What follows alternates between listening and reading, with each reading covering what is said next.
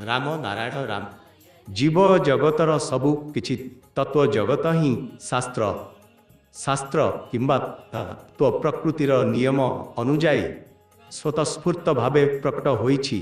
आम इंद्रिय गुड़िक मध्यरे जेउ अभाव एवं आवश्यकता अछि सेमानंक मध्यरे ही बुद्धि वृद्धि पाउछि। धर्म एक निज स्वाभाविक अवस्थारे थिला।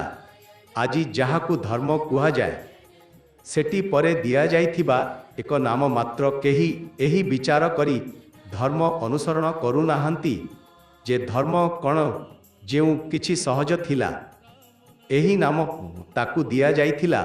एमिति नुहे जे ग्रंथ माने पूर्वरु धर्म विषय रे कहिथिले। एही संपूर्ण जगत एक ग्रंथ आमर अध्यात्म जाहाकु किछि लोक धर्म कुहंती सेही अध्यात्मर सत्यर सहित अंतर्भुक्त हेबा अत्यावश्यक। आजिर स्थिति रे व्यवहारिक चिंता स्पष्ट भावरे देखा जाउछि।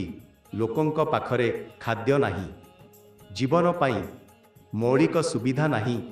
जदि व्यवहारिक भावना को छाड़ी दिया जाए ते किछि करि परिबा नाही। एही समस्यार समाधान किपरि होई पारिबो थी उपाय खोजिबा आवश्यक।